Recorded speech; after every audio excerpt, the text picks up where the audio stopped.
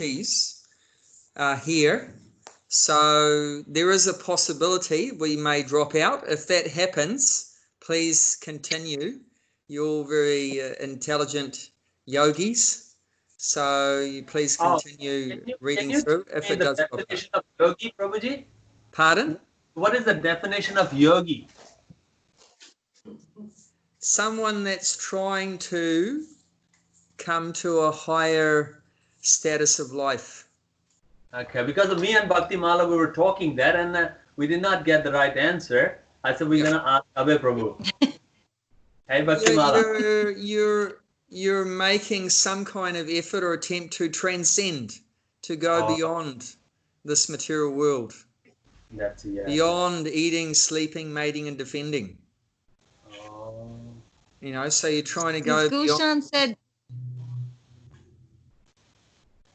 Gulshan you can't said, have a partner if you're a yogi. You can't have association with women.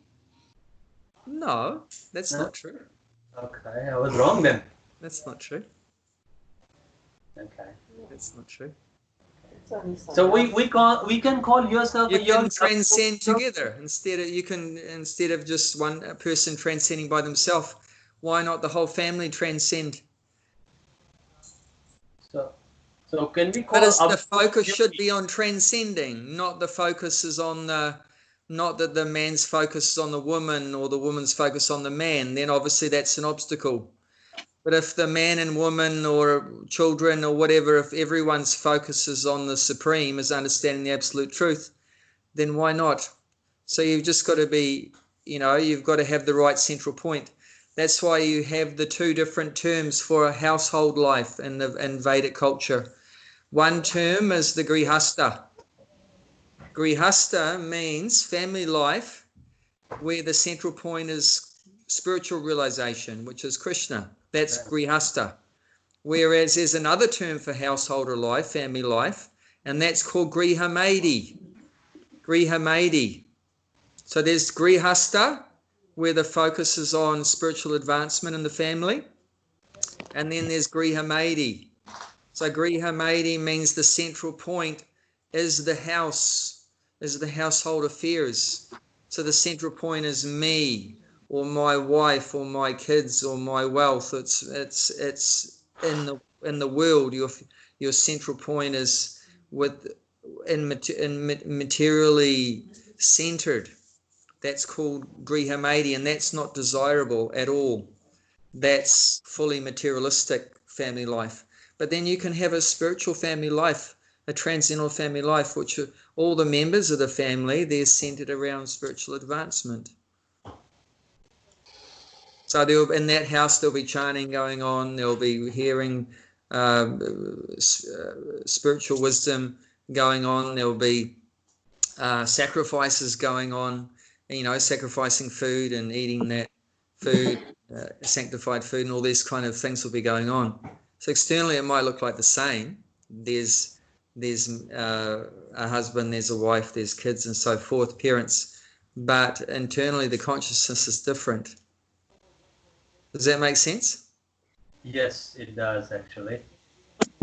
I'm just, I'm getting there. Okay, thank you. Okay. So let's recap a little bit about last week. What were we talking about last week? Whoever was there. It's start from the sacrifices, like, you know, it's who does that, like a charitable, like, you know, Dhamshala, Natyalaya and all that. Yep. It's the merchant can do these kind of sacrifice because sannyasi doesn't have much money, brahmachari doesn't have money, only the grasta or he can do this, and then merchant will do whatever he can do is clean his body, clean inside for chanting, but when you do a clean deal, it's also should be clean when he's dealing, you know, he's dealt with the people and there. We're talking just general like this. And he's become a yogi as well. And then another kind of sacrifice is doing austerities. Austerities, yes. Austerities, yep. Austerities. That's what it was last week. Then Astanga Yoga, remember the eightfold yoga system? That's another kind of sacrifice. Yoga or Astanga Yoga, Yeah, and then studying the Vedas. So these 4 different kinds of sacrifices were talked about in this verse 28 that we did last week. Yes. And then something very interesting happened in the end of the purport. Something really wonderful Prabhupada said in the end of the purport that enlivened my mind and made me feel really good. If we looked at the end of that purport. Yeah, Krishna consciousness, however, it's different from these because it is a direct service of the Supreme Lord, and Krishna consciousness cannot be attained by any one of the above mentioned type of sacrifices, but can be attained only by mercy of the Lord and a bona fide devotee. Therefore, Krishna consciousness is transcendental. Okay, so if these kind of 4 sacrifice people, we cannot be, they can't be a Supreme Lord. We can't, service those type, but bona fide devotee will be the ultimate Krishna consciousness. So just before what you read, Prabhupada says that all these yogis are faithfully engaged. Can you tell Brad, please, what he's doing? He's doing a sacrifice. It doesn't look like it, full of sugar. It's a cupcake. Cupcake, very nice. I made that. Sorry. That's all right, that's all right. Go ahead, this is necessary. So You're such a jerk. No, we all need to eat. So anyone engaged in these kind of sacrifices, they're all yogis. So whether they're giving away their possessions or doing austerities, practicing mystic yoga system, Ashtanga yoga, or studying the Vedas, they're all yogis. Why? Because like Prabhupada's saying, they're trying to come to a higher status of life. They're trying to come to a higher. They know then we know we're all fallen souls, but we're trying to go up. We're not happy being down, and we don't want to go down further. We want to go up. So they're trying to improve. And these are all authorized processes in the Vedas. This is not something people have just thought up in their teeny brain to do austerities and Ashtanga yoga. These are authorized systems. So these are persons that are following an authorized system coming down from higher authorities. They're following a system recommended by higher authorities for their upliftment, for their spiritual upliftment. So anyone that's trying to do something for spiritual upliftment, you can call them a yogi. You can call them a yogi. So Prabhupada's saying these are different yogis, and they have faith in a particular process. So one yogi has faith in giving away possessions, another yogi has faith in doing austerities, someone has faith in Ashtanga yoga, someone has faith in studying the Vedas, like that. So they have faith in a particular process, and they're seeking something better. So they're spiritual seekers. Yogis are like spiritual seekers. So they're not seeking for more and more wealth and more power and stuff. They're seeking for some higher kind of existence beyond this world, beyond the cycle of birth and death. So that's a little bit about what Prabhupada was saying. But then we find out that there's something completely different than all these processes, which is called Krishna Consciousness. And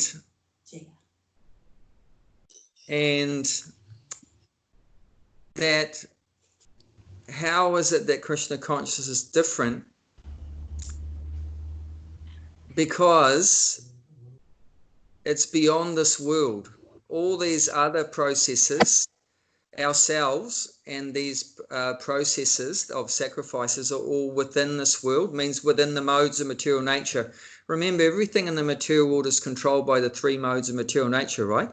What are the 3 modes of material nature? Order, ignorance, and goodness. Yes. Ignorance, passion, and goodness. Tamagun, Rajagun, Sattvaguna, right?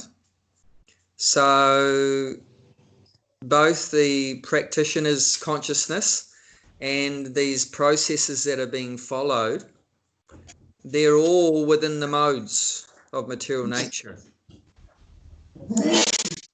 However, Krishna consciousness is beyond the modes of material nature because Krishna is beyond the material nature. He's transcendental. So also a consciousness of him or a relationship with him is also beyond this material world. So therefore, you can't achieve Krishna consciousness by just simply, wholly and solely by your own efforts, by your own endeavor. These other processes, yeah, you progress by your own endeavor, by your own activities and endeavors, by your own, senses, using your senses, your mind and your intelligence. You progress in giving away possessions and doing austerities and doing yoga and studying the Vedas. You're using your mind, your senses and your intelligence. It's just the equation is you in the equation. There's nothing else in the equation. You don't need any help from any other source. It's within this material world and you can progress without any help. But to achieve Krishna consciousness, you need what Prabhupada points out here as mercy. You need mercy, which mercy is a very interesting word. It has a lot of depth to the word. And if you look in the dictionary, there's a lot of different aspects to what mercy is. Does anyone have any realization if someone asks you what mercy means to you? Mercy to me would mean that perhaps I'm in a position or I have the ability to do something, but I decide not to do that. I decide I can do it, but I'm deciding not to do it. Yeah. I'm going to provide you with some mercy. I could do it, but I'm not going to. Yeah. And forgiveness. Forgiveness, yeah. That's one aspect of mercy is forgiveness there. There's one definition in a dictionary that says mercy means compassion or forgiveness shown towards someone whom it is within one's power to punish or harm. So I'll say that again. Compassion or forgiveness shown towards someone whom it is within one's power to punish or harm. And that's mercy. So that's something about mercy. It's a very interesting word. It implies love. It implies a person. A person can show mercy, isn't it? Some inanimate object, there's no question of mercy coming from some inanimate, unconscious object. A person gives mercy, not a rock or some energy or light. You don't get mercy from a light or an energy or some rock or something like that. But a person shows mercy to someone else. So we can understand that in Vedic philosophy that there is a supreme being and that we had a loving relationship with that supreme being and we've turned away from him. We've turned away from that supreme being to enjoy without the supreme and try to take his position away, assume his position, usurp his position and try to be the supreme. Of course, you can't take his position and remain where he is. You can't have two supreme enjoyers in the spiritual world. So we have to go somewhere else to try to imitate him. So where is that? Where is that place that a person, that a soul that wants to be God to be the supreme, where is that place where they can fulfill that desire? Giant is the material world. So, hey presto, we are put into the material world to fulfill that desire. And it's a really not a very nice thing to do, because we are part of the Supreme, and our function, which is called in the Vedas dharma, our intrinsic characteristical purpose as a part of the whole. What is the function of the part? Is to serve the whole. So our function, our purpose, our dharma is to serve the supreme whole. But we have rebelled. We've rebelled against our dharma, our natural function. We're rebellious souls, and we want to be independent. We want to be independent because we are part of the Supreme. So therefore we have all the qualities the Supreme has, but in minute amounts. So because the Supreme Being is unlimitedly independent, we have minute independence. So minute independence means I don't have to serve Krishna if I don't want to.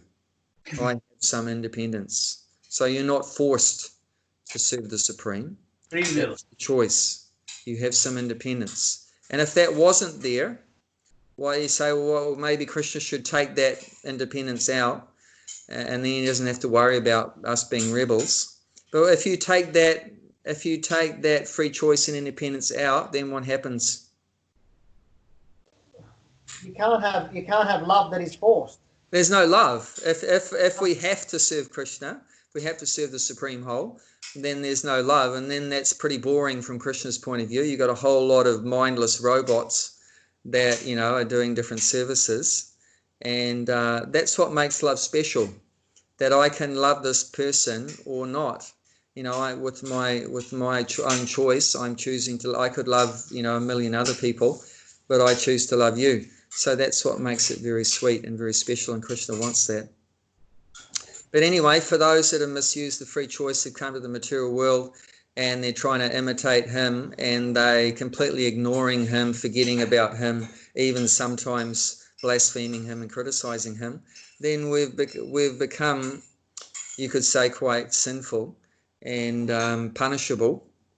So this is our situation. That we've become so ignorant of who we are and who God is in our relationship with him, and going against that, very rebellious. So we're quite sinful and punishable. But this is where mercy comes in, that even though probably we deserve to be beaten to pulp, forever, but he's not doing that. He's very, very he has causeless love for us, unlimited love for us. And even though we repeatedly try to go against the Supreme, then he never gives up on us, and always forgives us, and is always trying to help us out.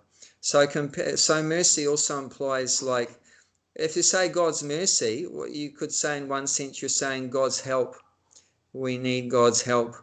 We need his mercy. Means you need help. Means you can't get out of here by yourself. You need his help. You need God's mercy to try to come to a higher status of life, to get out of the material world, to transcend the material world. You need his help. You need his mercy. You can't just do it by yourself. These other processes we've looked at so far up till now, it's just you. And you're, by your hard efforts and hard work, hard labor, by your good brain, everything, you're progressing. But to come to Krishna consciousness means you're coming to a point where you can't just do it by yourself, that you need some help from him. And if you want to actually transcend and come to Krishna consciousness, you need his help. You can't get to Krishna consciousness, or his, Prabhupada mentions, a direct service to the Supreme. If you want direct service to the Supreme, the only way you're going to get that direct service and become Krishna conscious if he helps you. Or it's also mentioned, or if his devotee helps you. So the mercy is coming from two sources.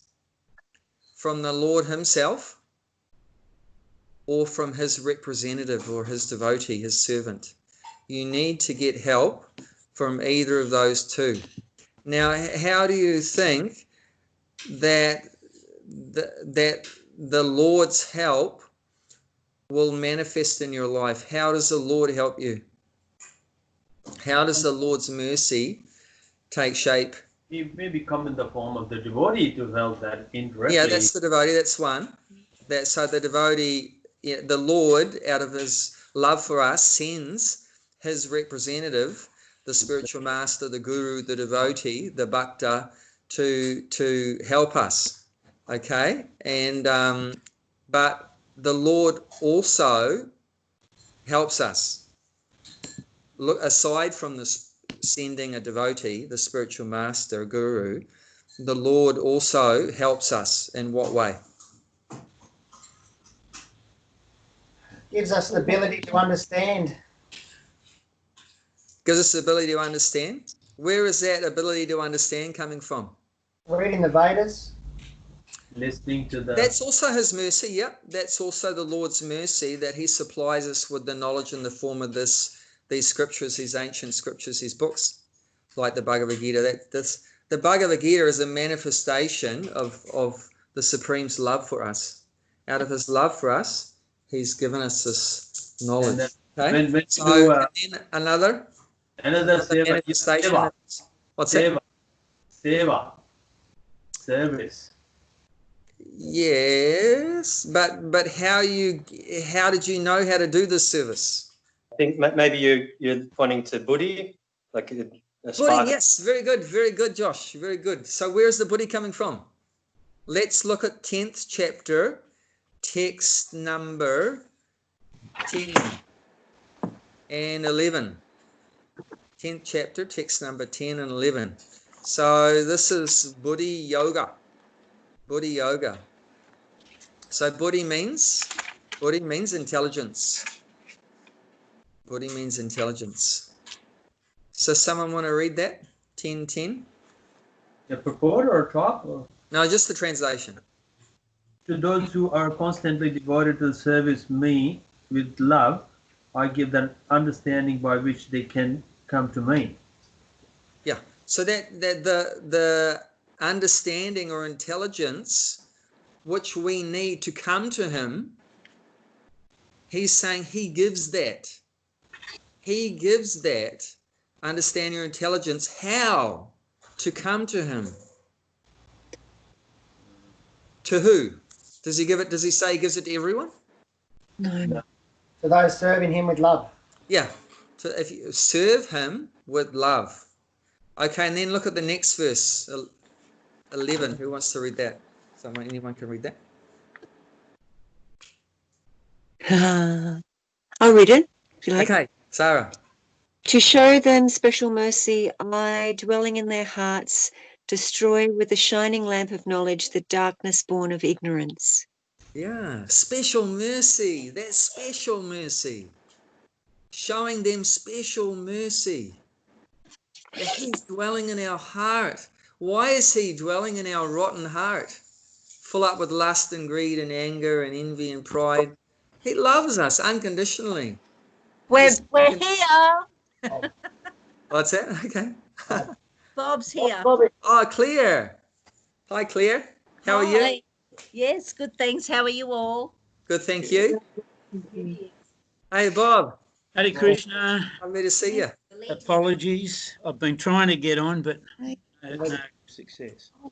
Keep going. I'll catch up. Yeah, showing them special mercy. And Krishna, out of his love for us, that's his love and his kindness, he accompanies us in the material. He's always trying to give us good guidance. Unfortunately, what happens? Although he's without end, he's trying to always, life after life, give us good guidance, but inevitably what usually happens? Forget. Well, we forget and we ignore and we refuse, and there's so many things we do, but basically we don't take him very seriously, and we try our very best to ignore whatever guidance he gives. But call isn't. Normally, if someone keeps trying to help you and they ignore or refuse your help, what eventually will happen? You have to Like force in our it. case. Yeah. There has to be some force there, or some stricter guidance. No, but I mean, if there's a particular person you keep repeatedly trying to help, and they keep ignoring you or refuse to follow your guidance, then eventually what you'll do? Give up. You'll give up. Now, there's only one person that doesn't give up on us. It's Krishna. That's Krishna. Mm. His love for us is unlimited. Our love is very limited. You know, we love people. You know, we'll help them a little bit, but after some time, if they don't reciprocate with you, you're going to give up. You know, but Krishna's love for us is unlimited. Even though we refuse to follow his instructions, not only for a year or two, but life after life, you know, but he never gives up on us. And the other thing often happens is, if someone, you know, refuses to follow what you say, and say you're the authority, right? You're the person's authority. They're working for you or whatever like that. They're your servant. If they refuse to follow your instructions, what might you do? You know, you have someone working for you and they don't do what you tell them to do. What might happen? After a while, you'll get rid of them. Well, you get rid of them, and that what emotions come with that getting rid of them? Get angry. Get angry. Yeah. No, but and in all of our cases, we're just so rebellious against the Supreme, and not only does he not give up, but he never gets angry with us. He never gets angry. He never gets angry, and he's always thinking how to help this nutcase. You know, and in Sanskrit it's called a mudha. It's mudha. Does anyone know what the word mudha means? Mother. That's mata. That's mata. Mataji. Close.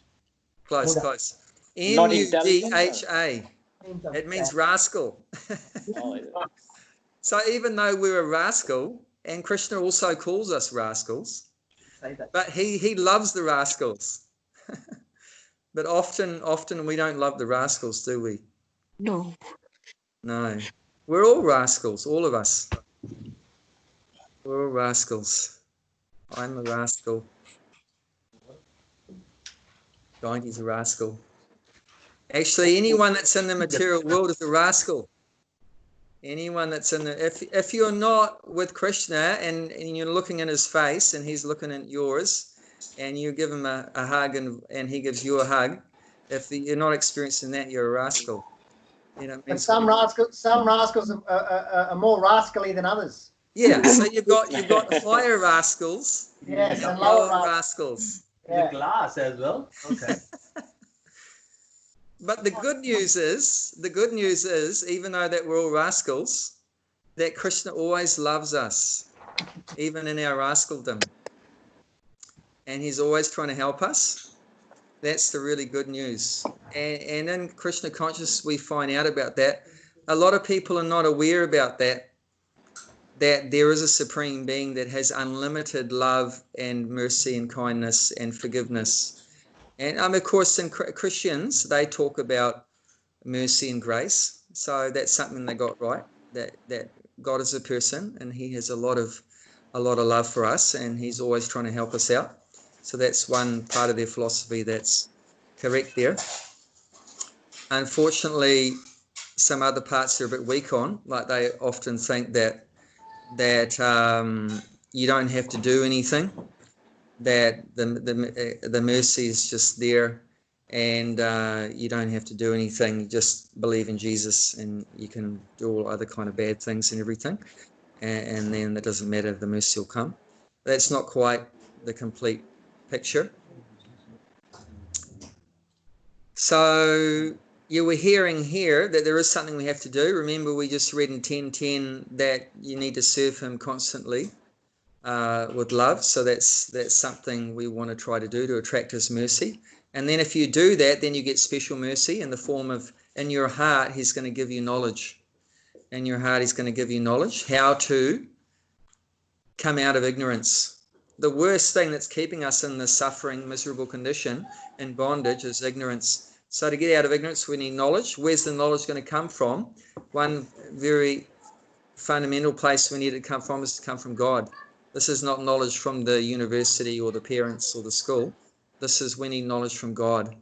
Often in the form of knowledge from the school and the parents and the university is just more ignorance.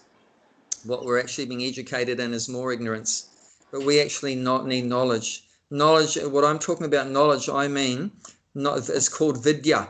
In Sanskrit, that's called vidya or jnanam. So jnanam or vidya means those things that help us to get out of this material world. That's knowledge. So if you want knowledge of how to get out of this material world, how to transcend the material world, that you're going to get from God, or remember who we were talking about before? Or the devotee. That vidya, that jnanam, you're only going to get from two places. It has to either come from God, and like God in our heart, or our God, of course, has left us with this Bhagavad Gita, and or you're going to get it from the devotee, from their mouth. Their mouth is, they're going to speak that transcendental knowledge. Like this chapter we're reading now is called what? Divya Jnanam, transcendental knowledge.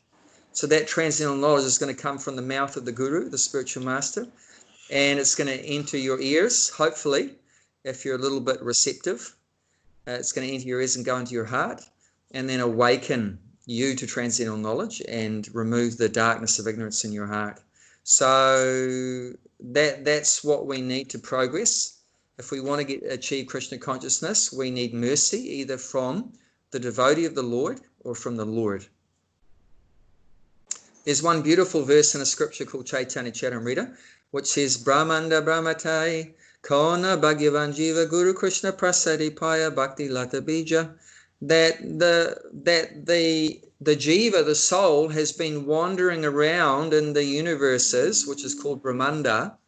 Brahmate means wandering around, for so many eons, life after life after life, birth after birth. We've been wandering around the material world, sometimes in higher planets and sometimes reincarnating in lower planets. Now we're on the earth, we're in the middle planet, and the universe is 14 planetary systems. So we're wandering up and down, and we're wandering in different species, sometimes human species, sometimes civilized, uncivilized, sometimes animal life, bird life, fish life, plant life, sometimes a demigod, sometimes a demon. So all different kind of species there. And then after all that wandering, it said if we become Bhagyavan means fortunate. If we become fortunate, if the soul becomes fortunate, we get the prasade. Prasade, you might know that word. We talk about food as prasadam. So the prasada or prasadam means mercy. So if we're fortunate, we get some mercy from where? Guru, Krishna Prasade. From the Guru, the spiritual master, and or Krishna from the Supreme. So we get mercy from Krishna and the Supreme. And what is that mercy we get from Krishna and the Supreme? Krishna and the devotee, is we get Bhakti Lata Bija. Bhakti Lata Bija means the seed. Bija means seed. You get the seed of bhakti, which is devotional service or Krishna consciousness. And lata means a creeper. It's like a creeper. It climbs up a tree. A creeper. So it's growing from low down and it climbing up. So we can only, this is what's going to help us climb up and transcend this material world, is this bhakti, this direct, as Prabhupada's saying in this purport, this direct service to Krishna, direct service to the Supreme. That's what's going to help our lata, help us the soul to grow up and get out of this material world, and eventually achieve, what's the destination of this lata? this creeper, is for our beautiful climbing plant to eventually reach the beautiful lotus-like feet of Krishna, who is known as Shamsundar or Govinda Gopala, to achieve his beautiful lotus feet in the spiritual world, in Vaikuntha, in the spiritual world, the topmost plane in the spiritual world. Krishna is there. So to get from where we are in this rotten planet, in this rotten material world, to where Krishna is in the spiritual world, that is only by bhakti, by this process of direct service to the Supreme. And we're only going to get that bhakti that is bestowed upon us, that is given to us by the help of Krishna and the devotee. Now, how does it work, this mercy from the Lord and the devotee? It's said that by the mercy of Krishna or the Lord, you get the mercy of the devotee. And by the mercy of the devotee, you get the mercy of Krishna. So they work hand in hand together. So what does that mean?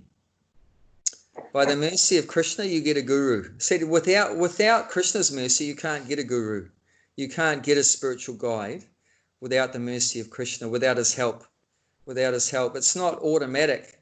It's not you just walking down the street and you bump into some transcendental being just by chance. That means if you've met a transcendentalist, that means Krishna has personally made some arrangement for you to meet a spiritually elevated person. That's mercy. That's his help. That's not something that happens automatically or by chance. It's not just some luck, good luck or whatever. That's you've received some special favor or special kindness to meet a very rare soul who is spiritually elevated. So that's his mercy. And why everyone doesn't get that mercy to meet the highly elevated soul, the transcendentalist. Now, God loves everyone, right? Krishna loves everyone. So why doesn't everyone get that mercy to meet the devotee? Otherwise we could accuse him of being partial, that he loves some souls but not others. So what if that mercy is only reaching some, why is that? There must be some reason why not everyone's getting that mercy.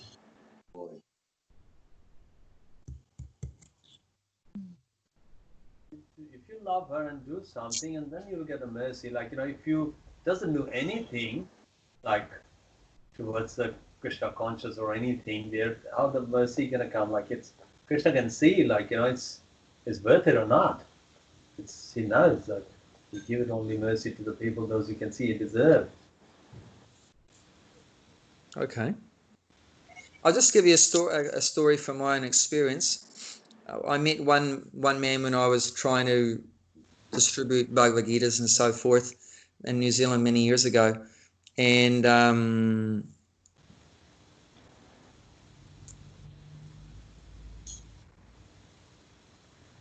initially when I met him, he just told me to get lost, no time. He wasn't interested. And then I turned away, and then he said, hang on, just show me what you got there. And he changed his mind. And then he took one of the books, Science of Self-Realization, and then he gave me a coin or two, not much. And then I went away and didn't think more about it. But the next day, when I started out the next day, as I started, he was there in his van. He had stopped next to me and waved me to come over, and he said he'd been driving up and down the street. It was in Kaitaia, so there's only one main street there. So he'd been driving up and down the main street of one small town in New Zealand, and And he just said, I'd like to thank you very much for giving me that book yesterday, and I'm really sorry I treated you so badly. But I read 50 pages of that book last night, and it's just completely changed my whole life around. And I feel so bad I didn't really give you any money, so he gave me a big donation. And then he told me a little bit about him. He said he was a very materialistic person, and he had a goal that he wanted to earn $100,000 a year. He was earning $50,000 at the time, and he wanted to earn $100,000. That was his goal. And he worked extra hard and everything, and he actually achieved it. He actually realized his goal. And as he was doing his work one day, he was reflecting on how he was more miserable now he had $100,000. He'd achieved his goal of what he thought was going to make his life better. In fact, when he achieved that, it actually made his life worse, because he was working more harder and everything like that. He had less time for what he wanted to do and so forth. In any case, he was feeling so unhappy as he was driving his delivery vehicle. And in that miserable condition, he said to me that for the first time in his life, because he was an atheist, he never believed in God or anything like that. For the first time in his life, he said he prayed to God. He said, God, if you exist, then please help me. So he called out for the help of God. He was praying for mercy, for help. If you're there, please help me. Please be merciful to me. And the day after he prayed like that for mercy, you know what happened? You were at the door. I was at the door. The next day after praying like that, this atheist that never thought about God before in his life, the day after he thought about God and asked for his help, you know what happened? The help came. Now, I didn't help him very much, but the help I did give him was I gave him a book. That was what really helped him. Was then God started to help him out in the form of his instructions. My help was very small, but it was just to deliver. I'm like the postman. The devotees like the postman. On our own, we don't really have any mercy. We're in a miserable condition like everyone else, suffering from old age, disease, and death. So we're just a conditioned soul, but we're trying to render service to the Lord. So, and the Lord uses the devotee. So we're trying to connect. The devotee's job is to connect people with Krishna, and then Krishna helps them. Krishna's so merciful. So that's how it happens, that by the mercy of the Supreme, the mercy of Krishna, one gets the mercy of the Guru, the devotee, and then by the mercy of the devotee, one gets Krishna's mercy. So then how does that work? By the mercy of the devotee, one gets Krishna's mercy. So what is the devotee's mercy? Is that, what do you think it is? Krishna's mercy is he connects you up with the devotee. And then the devotee's mercy is, To give you how time. does that manifest?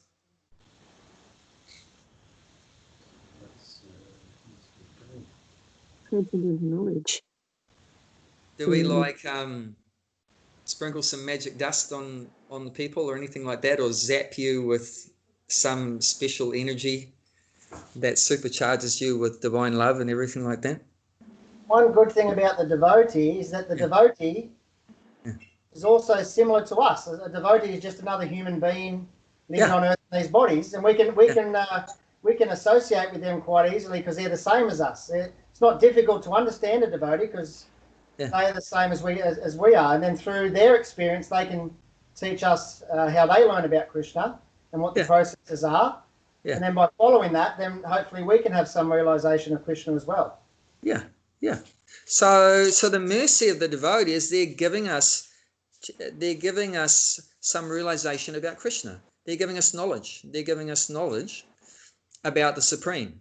They're giving us knowledge about the soul, the knowledge about the Supreme Soul, the knowledge about the relationship between the soul and the Supreme Soul. They're giving us a knowledge about the material world, And what's the relationship between the material world and the soul? And what's the relationship between the material world and God? You know, so all this different knowledge, it's called Sambandha Gyan. Gyan means knowledge, and Sambandha means relationship. So they give us knowledge all about the relationship between us and the material world, us and the Supreme, and like that, so forth. And reawakening our relationship with the Supreme, helping us to understand the material world, how we're entangled by the mode of ignorance and the mode of passion, mode of goodness, how to get out of that entanglement. So all this different kinds of knowledge about reincarnation, about karma, and so forth, about what is the spiritual world like. It's so much better than the material world. There's no birth there, there's no death, there's no old age, there's no disease like that. And you think, well, why the hell do I want to stay here? This is a rotten place. I want to go to somewhere where there's eternal blissful life, full knowledge, full consciousness, no more ignorance, no more suffering. That sounds a lot better. A flag, you know, running after $100,000 a year. I want to run after eternal life. You see what I'm saying? How did you change your goal from wanting 100 grand a year to wanting eternal life? And just being satisfied, whether I get 10 grand a year or 50 grand a year or $1 million a year, whatever it is, or you're living under a tree or living in a penthouse, whatever it is, satisfied with that. How did that change take place? As you got some knowledge. So this is the mercy of the devotee of the Guru, that they give us knowledge, and that change. Then once you have that knowledge and you understand your relationship with the Supreme and the material world and so forth, then what's your relationship with the material world? It's just temporary. You're going to grow old. You're going to get sick. You're going to die.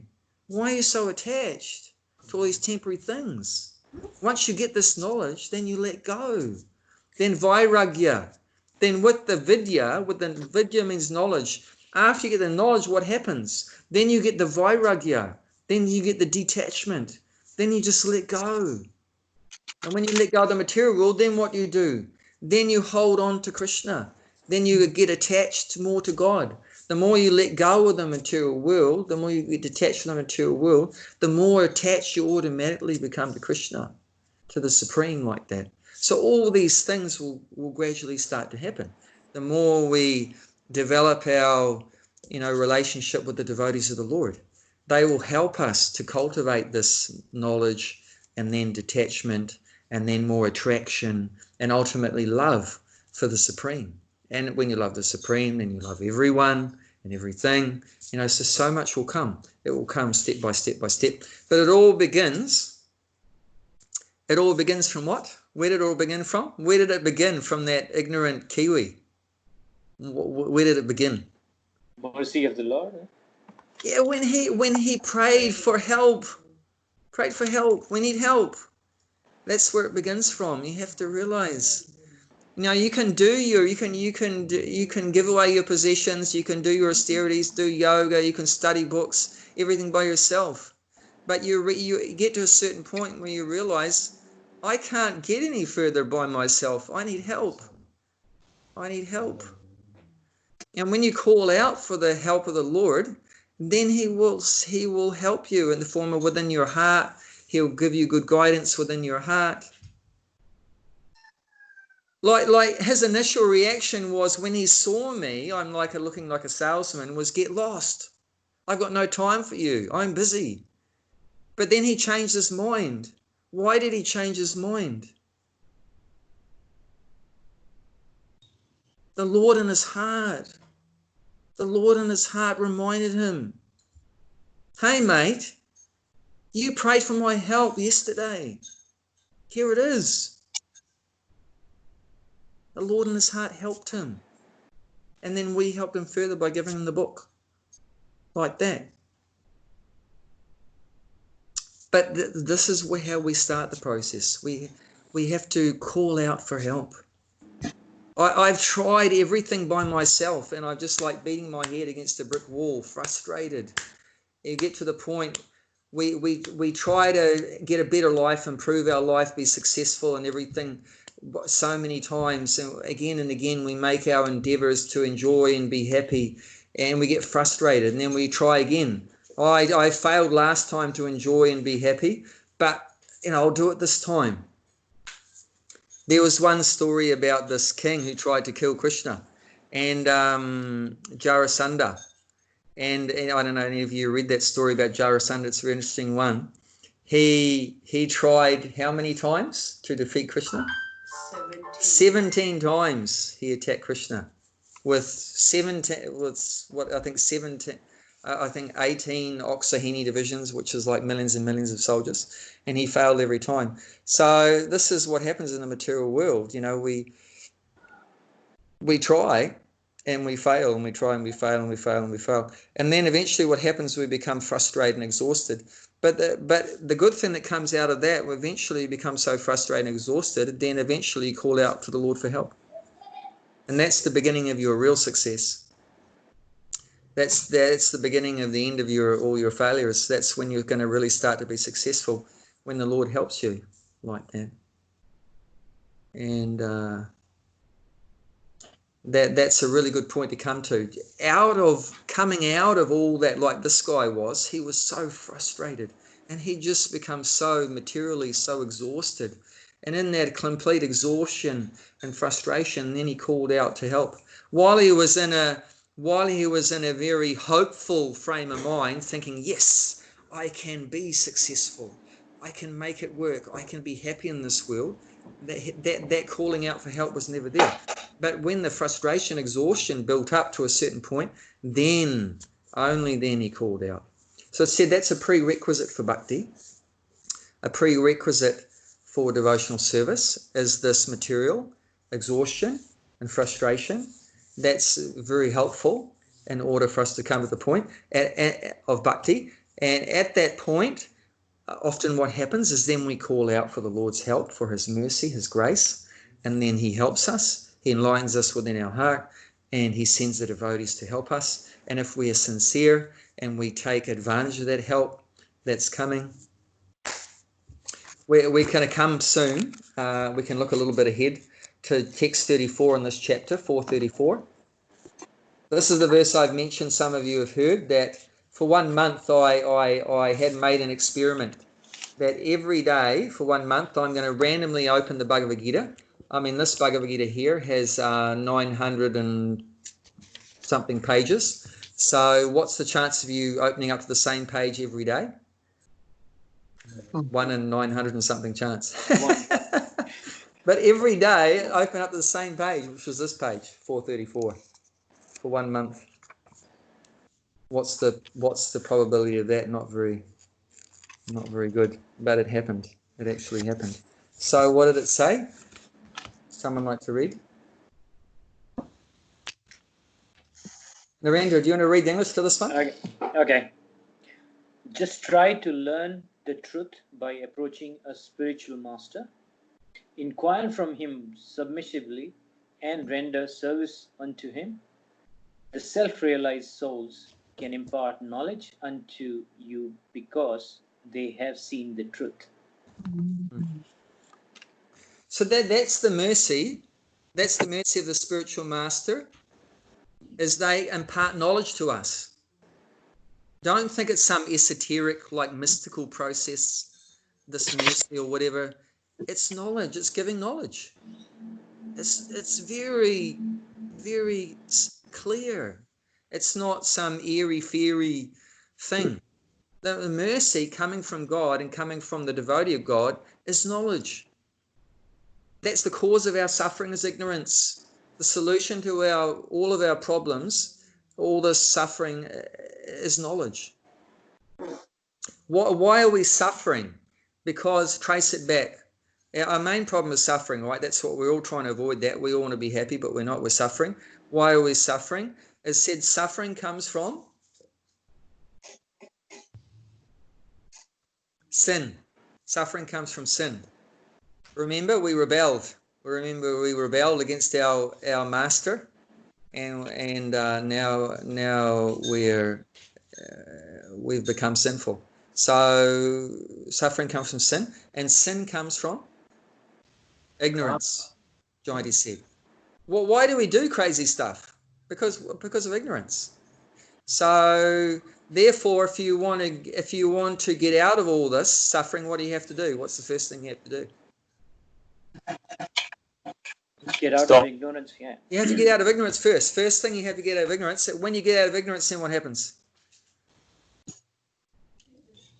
If you remove the ignorance, then what's going to go next? Can you get the real knowledge? Sorry. Well, yeah, I mean, getting out of ignorance means you've got knowledge. Once you've got knowledge, then what do you do? Or what won't you do? You'd seek a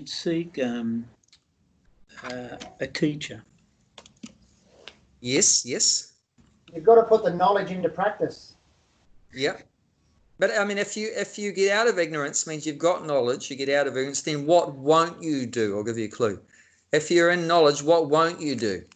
Ignorant things. You won't sin. You won't sin. And if you don't sin anymore, then what happens? There's no more suffering. Then there's no more suffering. Because remember, why are we suffering? Because of sin. And why are you doing sin? Because of ignorance. So when you get knowledge from the spiritual master and Krishna, then the ignorance is removed. Then you don't do crazy stuff anymore. Then you do good things. And then immediately the suffering goes away. And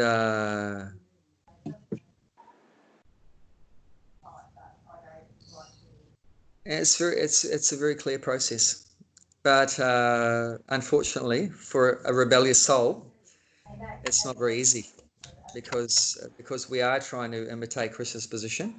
It's very hard for us to give up that desire to want to be the supreme. Like Prabhupada says, what is the difficulty? What is the difficulty? What's the difficulty? Actually, the process, if you look at it very, very logically, it's very simple.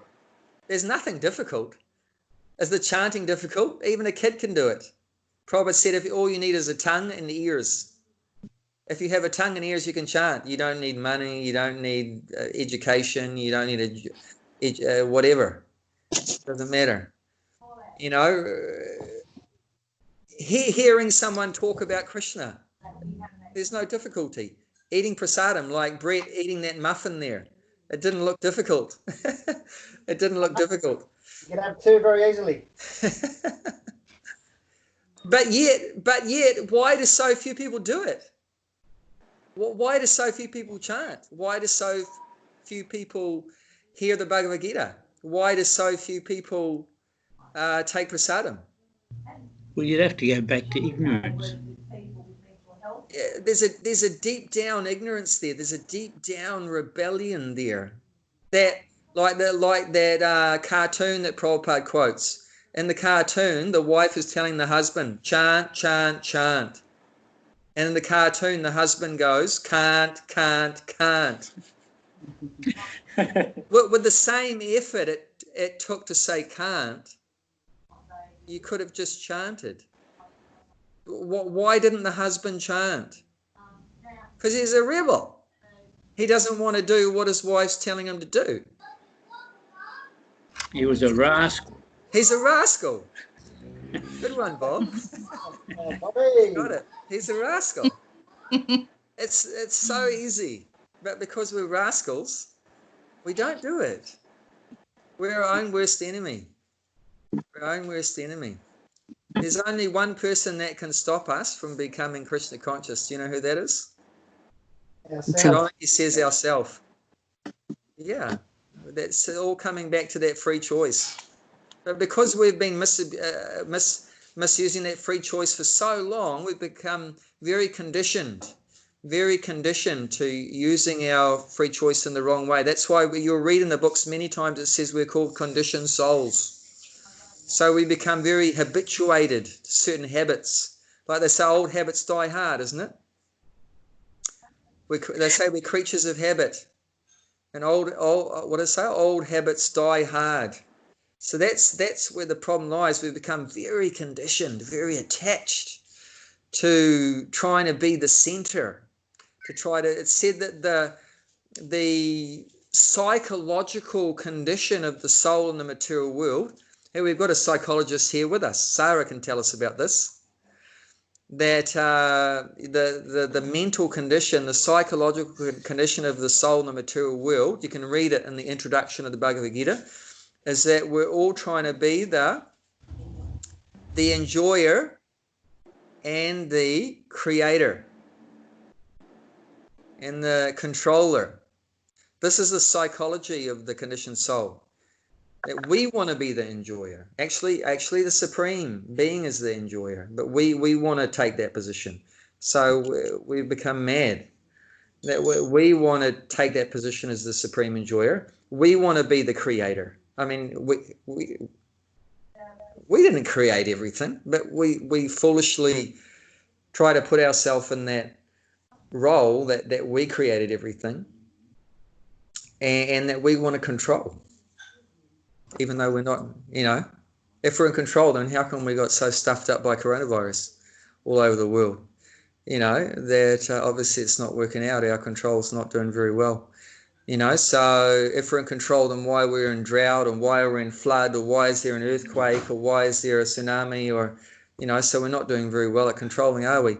But yet we still think we're in control, even though we've got so many experiences that's shown us that we're not enjoying and that we're not creating and that we're not controlling. But our mind is so conditioned to this, so attached like that. So it's a bit hard to break that because we've been doing it for so long. So therefore, there's a process required to break out of that conditioning. But like Prabhupada had said, what is the difficulty? Actually, there is no difficulty, only in our own stubborn mind. Actually, it said it's as hard in this age of Kali Yuga, this age of quarrel and hypocrisy. It's as hard to become Krishna conscious in Kali Yuga. It's as difficult as to give medicine to a horse. That's how difficult it is for a soul to accept Krishna consciousness in Kali Yuga. How many people does it take to give medicine to a horse? Some of you have heard this before. How many people? What's the minimum? What's the minimum number of people to give medicine to a horse? 3. No. 4. You're gonna get kicked in the head if you do it with 3. 4. 5. You're gonna get kicked in the head. 6. 7.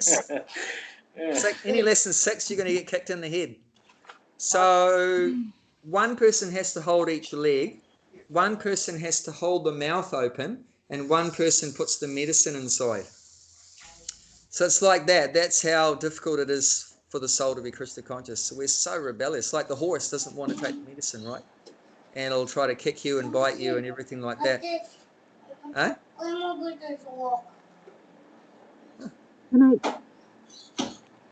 Abhay, can I ask a question?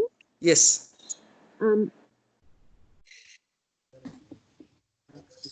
How to put this? And I think it's just, just in just my own experience, it's I think it's probably just been tested and challenged. But when you associate with people who aren't devotees, trying to experiencing the difficulty of sort of being, I suppose, how can I put it? Feeling, okay, like I'm compromising, compromising and making more compromises to try and, to serve them rather than Krishna, to please them rather than please Krishna.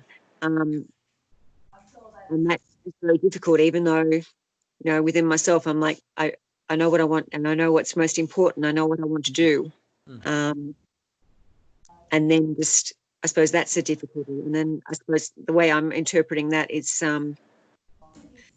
they're just being tested, just being challenged, reminded of what's important. But to me, that's a difficulty, even though in my heart I'm thinking that's what I want to do, but feeling I'm having to compromise. And of course, then with that compromising, there's that suffering. Because it's like, well, I know what I want to practice, and I know where I want to be, and I want to spend time, chanting Krishna and reading about Krishna and participating here and So to me, that's a difficulty. It's even though Prabhupada probably said, well, there's no difficulty. And that's this ego of mine, you know, like not wanting to please, you know, other people who I, you know, associate with, who aren't devotees, who aren't necessarily on the spiritual path. Yeah. Yeah, no, that's a very good question. There's a bit of a gap there between where we're at and where we'd like to be. But remember, it's those difficulties that cause us to call out, isn't it? So in one sense, those, like Queen Kunti, some of you may know. Who's Queen Kunti? The mother Arjuna's of mother. Arjuna and the boy. Arjuna and the other Pandavas' mother. She prayed to Krishna. Kunti prayed, please send these difficulties again and again. For by these difficulties, I remember you and I call out to you. See, an easy life and spiritual life don't go well together. What generally happens when life becomes easy? Do we remember God or forget God? We forget God. Yeah. Imagine you're in a plane and the engine cuts out, then what are you going to be remembering? Just chanting. Everyone, even all the atheists are going to be praying, you know. So there's a saying, there's no atheists in a foxhole. Foxholes in the wartime, they dig a hole to stop themselves getting shot to bits. But it said there's no atheists in a foxhole, because when the bullets and bombs are dropping around you, everyone prays. So, and we're not afraid of difficulties. It's in those difficulties, whether it's through COVID-19 or whatever else, you know, that we should turn to him and pray for his help. Realize I can't sort this out by myself. I need your help. You know, so we're not afraid of difficulties, but we should pray for his help, and you know, and we have to make compromises. We're forced to do that because of our, you know, physical, mental limitations or requirements or whatever like that. I remember even Prabhupada's own sister, such a saintly lady. She had an arranged marriage by her parents, arranged her marriage. She's like a, you know, from birth, you know, a real devotee. But the person who her parents arranged her to marry wasn't really a devotee. He used to eat meat, and as a wife, one of her duties as a wife was that she had to cook for her husband. So she was cooking meat for her husband, and that was a real difficulty for her. That was a real compromise. And she went to her brother, Prabhupada, and said, you know, she's crying to her brother, who was also another, they're both pure devotees. So come crying to him saying, Prabhupada, you know, I have to cook meat. It's like, so I hate it. I just completely hate doing this, you know.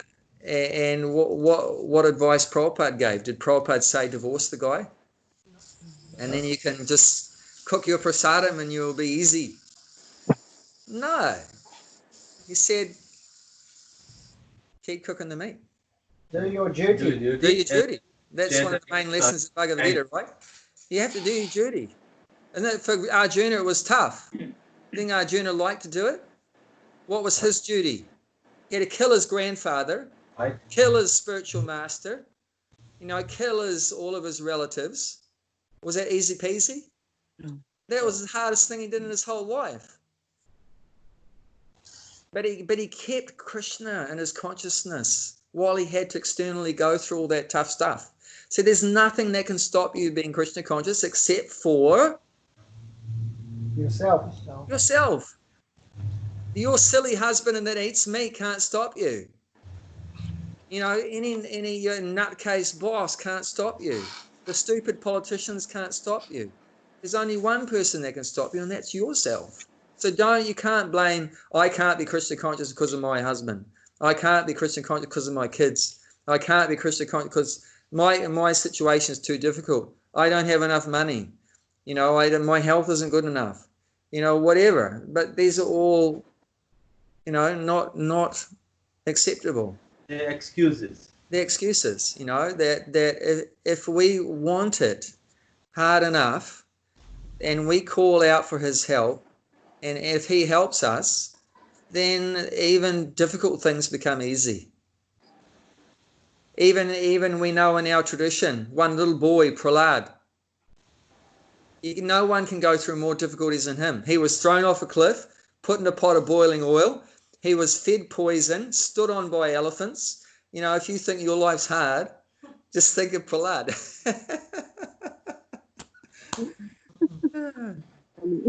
I've had days like that. Stood on, trampled on, spat at, Bobby. put through the grinder, the ringer, boiled. Yeah, so we go through that. So, and that's part of life. We just have to take it in our stride, and we have to see, with transcendental knowledge you get from your guru, you realize that this is all just temporary stuff. Just tolerate it, man. You'll pass through. That's what Krishna says in the 2nd chapter, text 14. Matra sparsha kuntaya. All these things are like the summer and winter seasons. They're just temporary. Isn't it? In summer, what do you have to do? You have to tolerate the heat. In winter, it's coming now. What are you going to have to do? You have to tolerate the cold. But you can tolerate it. Why? Because it's only temporary. It's not going to last forever. You're not going to have a husband forever that you're going to cook meat for, are you? But you're eternal. You're not going to have to cook meat for your husband forever. He's not going to be living forever. And neither are you in this body. So that's only a temporary situation. You know, so, but you have to just, you have to continue your duties in this world. Otherwise, how are you going to function? If you don't have a job, how are you going to function? If you don't have a husband or a wife or kids or husbands or whatever, or bosses and politicians, and how are you going to function in this world? The soul's somehow or other in this material body due to our past karma. So we've got to accept that now, due to whatever sins I've done in the past. I've got this body, you know, and then to keep this body functioning, I have to eat something, I have to sleep somewhere, I need to have a relationship, so I've got to do some work. You know, and I need to keep the body alive. Otherwise, how am I going to practice Krishna consciousness if I'm dead? You know, you can't practice Krishna consciousness if your body's dead. You need the body to be alive, you know, to do your devotional service in your Krishna consciousness. So therefore, you have to continue your duties. You have to continue your duties, and some of them are not going to be nice duties. Some of them, at times, you'll like your duties, and sometimes you're going to hate them. But whether you like it or hate it, you have to do it. You have to do it. So, and in due course of time, Krishna might see, because remember, Krishna's always trying to help us. He might see, oh, my devotee's in a bit of a pickle right now, and this is not a very good situation for his progress in Krishna consciousness. So I might make some different arrangement for him. I might arrange for this pain in the neck partner to die. I might arrange for this pain in the neck partner to bugger off and go somewhere else. You know, whatever. But you don't make that arrangement. That's up to him to make that arrangement. You do your duty. And that if he decides it's time for you to move on and do another duty, which is also there. See, like in Vedic culture, what is it? You start off with what? Brahmachari duty. But then it's not always brahmachari. Then it may change. Brahmachari means student, right? But then the duties may change. And then you've got a grihastha duty. It means family life, married life. So that's a different duty. And then that may change again. When the kids grow up, then it's vanaprastha dharma.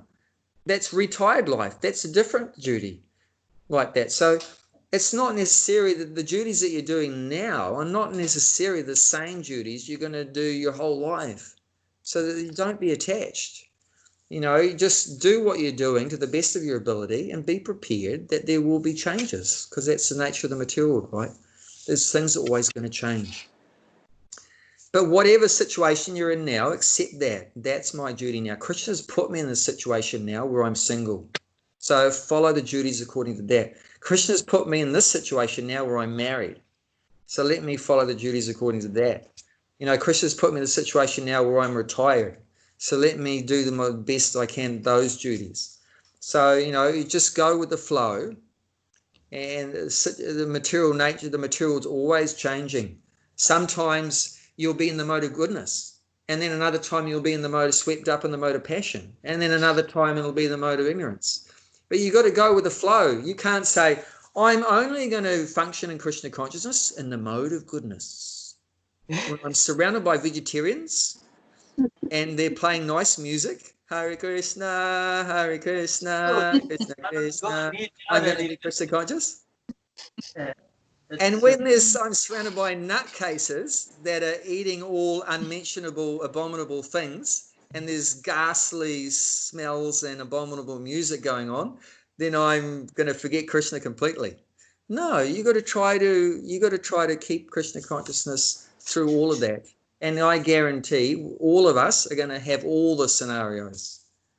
We're all going to be sometimes put into good situations, passionate ones and ignorant ones. And that's life. Welcome to the material world. But there's no one to blame for that except for ourselves. Because of my own past desires, past karma. I've put myself into this. Now I'm getting the reactions of my own past misdeeds. So I got to accept that. If you wake up one day in prison, whose fault is it? Can you say, it's my wife's fault I'm in prison? We must have done something wrong, isn't it? But the whole material world is called Durga. Durga means fortress. The meaning of Durga, the person that controls this material world, her name is Durga. She's the wife of Lord Shiva. Her name means fortress. Fortress. Yeah, she's a controller of the fortress. Yeah, Durga's fort. So it means a place where it's very hard going. Very hard to progress. It's very tough, very difficult in the material world. But the good news is, getting back to the good news, and this is what only Krishna conscious people know about, is that Krishna is unlimitedly merciful. Coming back to the beginning, he's unlimitedly kind and merciful. He's always trying to help us. And part of that good news is he's Durga's boss. Yes. He's Krishna's Durga's boss. She's the prison superintendent, but we know the prime minister. So if you please the prime minister, if you please the boss, then you can be let out of the prison. Then you'll get, what do they say? Get out of jail free. You know, Monopoly, right? Monopoly, get out of jail free card. You can pass go, whatever like that. So then you get out of jail free card. So that's Krishna consciousness. We just try to directly try to please the Supreme and pray for his mercy and kindness and act in a way that pleases him. I try to attract his attention, and then by his blessings and mercy. And we try our best, and the rest of it is that he helps us. And by that combination of us trying our very best to do the right things by him, and then him helping us, then we're out of here. That's where our hope lies. Otherwise, we have no hope. Let's face it. By ourselves, if it's me against Durga, who's going to win? Me against Durga, who do you think's going to win? You got no chance. I got no chance. Even if it's what's that famous boxer?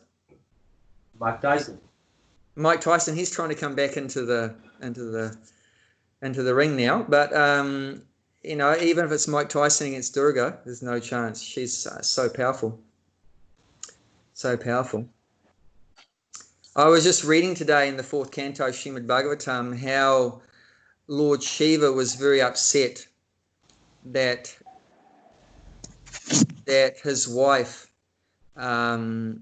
committed suicide because her father, Daksha, her father, who's like a demigod, was very offensive towards Lord Shiva, and so her father was very offensive to her husband, Lord Shiva.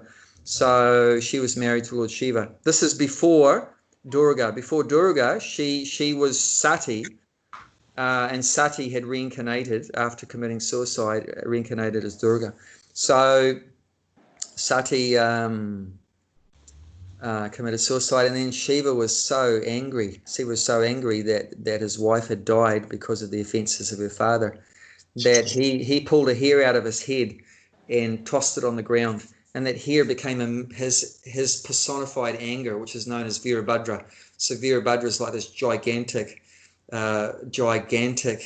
angry personality with 3 heads. I can't remember, so many thousands of arms, and as bright as 3 suns and so forth. And he cut off Daksha's head and so forth. And so, I mean, these personalities are just so powerful. We're like pipsqueaks. Yeah, Daksha is such a powerful, he's like one of the main demigods in the universe. But he was just wiped out in a second. He was just wiped out in a second.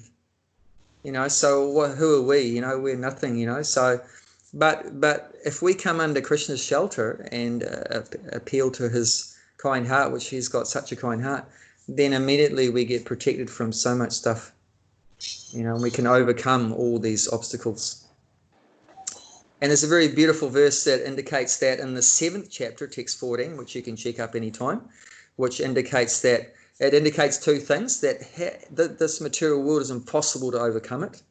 It is impossible to overcome this, to overcome all the obstacles of this material world, except for one way. There's only one way to overcome all these difficulties in the material world, and that's only by surrendering to Krishna. It's the only way. Like Krishna say, there's only one way, right? So we also say the only one way, but we don't say it's only one way as Jesus or whatever. But we say the only one way is you have to surrender to the Supreme. Now, you might understand the Supreme as Krishna or Vishnu or Nrsingadeva or whatever, some form of Vishnu. But one way or another, you have to surrender to the Supreme if you want to get free from all the difficulties of the material world. That's the only one way. That's what Krishna himself says. This material world is so difficult, but it is possible if you surrender to me. So by his mercy, then we can get out of here like that. Otherwise, very difficult. So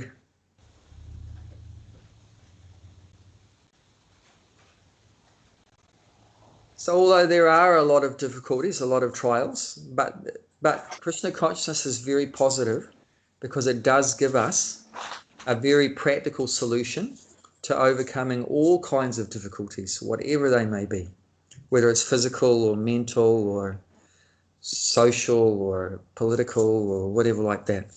That Krishna consciousness gives us a very positive and very practical solution to all kinds of difficulties.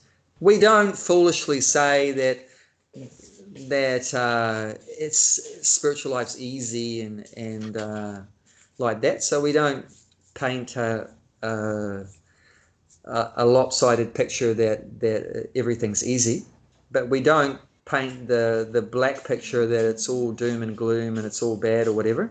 No, it's a very balanced one. That, yeah, material is a difficult place, but the good news is that this is not our real home. We're eternal souls. We didn't come from here. We're not part of this world. And that we can go back to our real home in the spiritual world if we adopt this process of Krishna consciousness, which we can achieve that Krishna consciousness with the help of the unlimitedly kind-hearted, compassionate Krishna. It was our real well-wisher. As Prabhupada signed off his letters, when Prabhupada would write to someone, your ever well-wisher, A.C. Bhaktivedanta Swami Prabhupada. You can check out some letters. It's even written, I think, at the end of the preface or the end of the introduction of the Bhagavad Gita. You can see Prabhupada's very big signature. Big signature there. But when he would write a letter, as well as his big signature, he would sign off, your ever well-wisher, A.C. Bhaktivedanta Swami Prabhupada. It's not here in the Bhagavad Gita, your ever well-wisher, but there's one book called Your Ever Well-Wisher too, which is a book about Prabhupada. So the servant of Krishna is our ever well-wisher, and what to speak of Krishna? You know, why is the servant our ever well-wisher? Because the person he's working for who Krishna the Supreme is our ever well-wisher. So that's what makes us always feel very positive, even though in difficult times, that we always feel very positive. We never become depressed or morose. We're always feeling very joyful because we know that we have taken shelter of an unlimitedly merciful and compassionate and forgiving Master, who is Krishna. So we're his dog. We're Krishna's dog and we're happy. You know how happy a dog is, Sarah? When your dog has a master, Sarah's the master, and she has a dog. And your dog's happy, Sarah? Yeah. Why are they happy? They get love. Because they have a lot of love from their master. So we're like Krishna's dogs. We're always feeling very happy, even though we're little tiny dogs. There's one quick story that Prabhupada was walking on a beach in India called Juhu in Bombay. And there was a man walking with his little dog. And then there was a big stray dog. And the big stray dog, much bigger than the little dog, made a big noise, big bark. Woof! And the little dog, was it afraid? No. No. Why? A big dog, big. And there's a little tiny dog. And barking at the little dog. Why wasn't the little dog afraid of the big dog? Yes, and his that owner. Because he's standing very close. The little dog is standing very close to his big, powerful master. So even though he personally is very small, but as long as he's close to his, you imagine that little dog away from the master, then he would be very afraid. But as long as he's next to the master, he has no fear. And then that little dog gave a little bark. Woof. And how did the big dog feel? The big dog was afraid. Big dog was afraid, and the big dog ran away with its tail between its legs. Why was the big dog afraid? Because it had no support, had no shelter, had no master. But we should always remember, I have my master, my most powerful master. I have my most powerful support, my most powerful shelter. Krishna. That's why Prahlad was never afraid. Prahlad was put through so many difficulties, which we cannot even imagine, but he was never afraid. Naivod vijay para durachaya vaitaranyas. Tradvirya gayana mahamrita magna chitta from Srimad Bhagavatam. He says, I am never afraid in this horrible material world. Why? Because I am always glorifying the names and qualities and pastimes of Krishna. My consciousness is always absorbed. That's the secret. That's what Krishna consciousness is. To absorb your consciousness all the time in Krishna, his names and qualities and pastimes, activities like that. You absorb your consciousness in Krishna. That's what Krishna consciousness is. Not to be materially conscious, but Krishna conscious. And your body can be in so many situations, but it's where your consciousness is. That's what matters. You can't change what your body's going through. You're not going to change your body getting sick. You're not going to change your body growing old. You're not going to change crazy people around you or whatever. But the only thing you can change is your consciousness. You want to absorb your consciousness in Krishna. So we didn't get anywhere really in terms of the next verse, but I felt this was very important. I hope you all got some benefit from talking about the subject of mercy. But I think it's a very fundamental. And like Prabhupada said in this purport, that's what separates this process from all the other processes. In this process, you can get the mercy. This process is so much mercy there.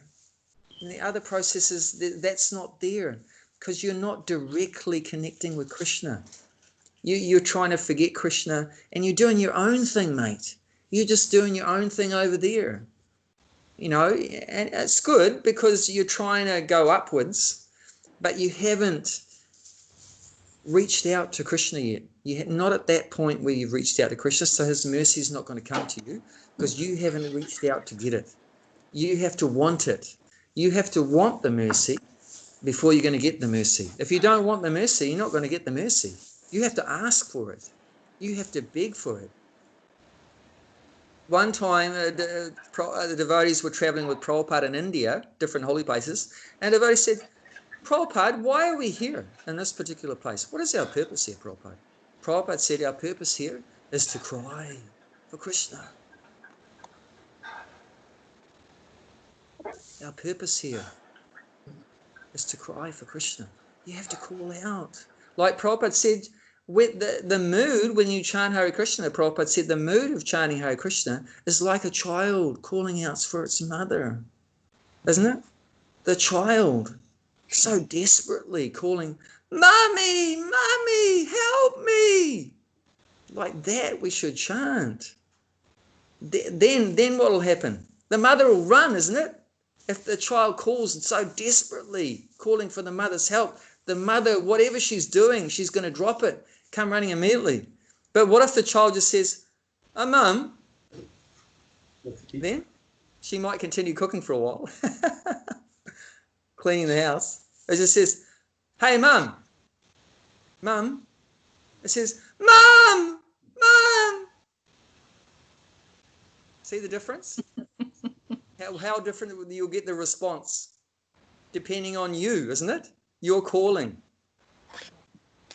There's a big difference. You see the difference? Yes. We all know that from our own family life, right? Yeah. So this is very special in Krishna consciousness. And then to get to Krishna consciousness, we have to come to that point. To really get deeply into Krishna consciousness, we have to come to that point of really wanting Krishna's help. Unity. I mean, you do your duties and do your work and everything like that, and you do your 16 rounds and follow the rules and do all the things like that, and all the rules and regs and everything like that. Very good, very good, very good. But to get to the higher stages of bhakti, which is means like bhava, which means ecstasy, and then prema, love, then, and ruchi means taste and all these kind of things, then you really need to be begging for mercy. One of Prabhupada's disciples, he wrote a series of books. You know what the titles of the books called? The Beggar. The Beggar. That's the name of the book, The Beggar. So to become an advanced in Krishna consciousness, you need to be bigger. Actually, it's far out. I know I'm going over time, but I can't help myself. Prabhupada wrote 2 poems on the boat from India to America in 1965. Beautiful. If you can ever get hold of a Hare Krishna songbook, it's in the early on in the songbook, or you could look it up on the internet. Poems written by Prabhupada. He only wrote 2 poems, some 2 main ones, and one of these songs, the end of it, you know how I said he signs off your ever well wisher. This one he didn't do that. He wrote. It's a beautiful. It's a poem like calling out for Krishna's mercy and help. I'm an old man and I'm coming to the West. All these Westerners, they're all covered by ignorance and passion. How am I going to able to make them understand this message of Krishna consciousness? How am I going to be able to do it? Only if you make me dance, make me dance, make me dance. He was just like praying for Krishna's mercy. And how does he sign off at the end? You're insignificant beggar. He says, you're insignificant beggar. A.C. Bhaktivedanta Swami Prabhupada. Like that. So just calling out for mercy. And then he became so empowered, as we know, to spread Krishna consciousness to people that's like, how the hell are you going to make these people Krishna conscious? They're like drug addicts and womanizers and meat eaters. And what did he do? He converted them into these like angels. You know, it just became so devoted to Krishna. How is that possible? It's like materially, it's like, how the hell did he do that? There's like so much mercy flowing through from Krishna, flowing through him. you know, because he knew how to connect with all that mercy. Right there. It's actually said you can't spread Krishna consciousness without this mercy from the Supreme. You can't do it. That's why Prabhupada, when asked about Jesus Christ, Prabhupada said that Jesus Christ, he's an empowered incarnation of the Lord. Jesus is an empowered incarnation of the Lord. How do we know that? Because he spread God consciousness. And you can't spread God consciousness without mercy from the Lord. It means without being empowered. And it's called Krishna Shakti. Without Shakti, Shakti means the power, the energy from the Lord. Without Krishna Shakti, without energy, empowerment coming from Krishna, you cannot, it's impossible to spread Krishna consciousness.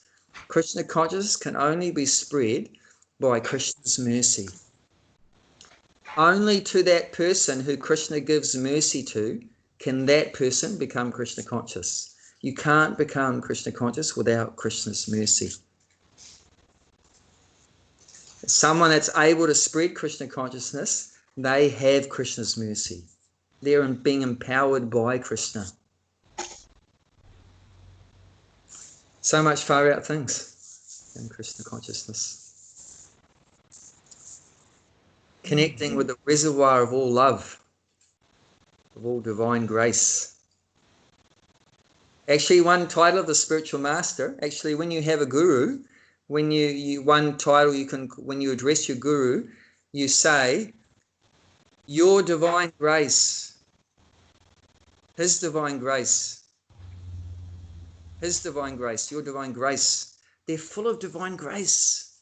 They're full of divine mercy. They're carrying the mercy of the Lord. And that's grace. So we're so fortunate that we're connected with Prabhupada, who is connected with Krishna, and all the Krishna's grace is coming through the spiritual master. So whenever we can, like Sarah was saying, we can't always associate with devotees, but whenever we can, we should try to. We should try to associate with devotees, and hopefully some mercy which is coming through them from their superiors might rub off on us, and we might get some mercy. So, and that will give us the strength to carry on through the times when we don't have that association with devotees. So you need to strengthen up whenever you can, get recharged, and then go out and face whatever the world, whatever Durga throws at you. Is that okay? Thank you. Anyone else want to say anything? Sorry I didn't give anyone else much of a chance to talk. I just became overwhelmed by I didn't even notice the time was going. Pardon? I didn't even notice the time was going. I didn't even notice that we weren't doing the verse. Right. Yeah. Oh, yeah. But yeah, well, I promise we'll continue on with the Gita theme, and this is a theme that Josh will be in his element if he can join us. So we pray for his mercy, that he can please be merciful to us, Josh, and join in next week, because this is talking about next week, talking about the outward going breath and the inward going breath, and this is not really my within my repertoire so much. So I have some theoretical knowledge, but Josh has a lot of practical knowledge about these yoga principles, the pranayama, the inward, the outward going breath, and all these kind of things. So if you want, you can have a read of that verse, this verse 39 or whatever it is, and we look forward to getting an understanding about that. And so that's part of Krishna's love, mercy too, that he accepts us wherever we're at. If that's where you're at with working on your body and trying to and working on your breathing and that, he's perfectly fine with that. He's not saying you can only operate on this level, otherwise you're out of it. You know, you've got no hope.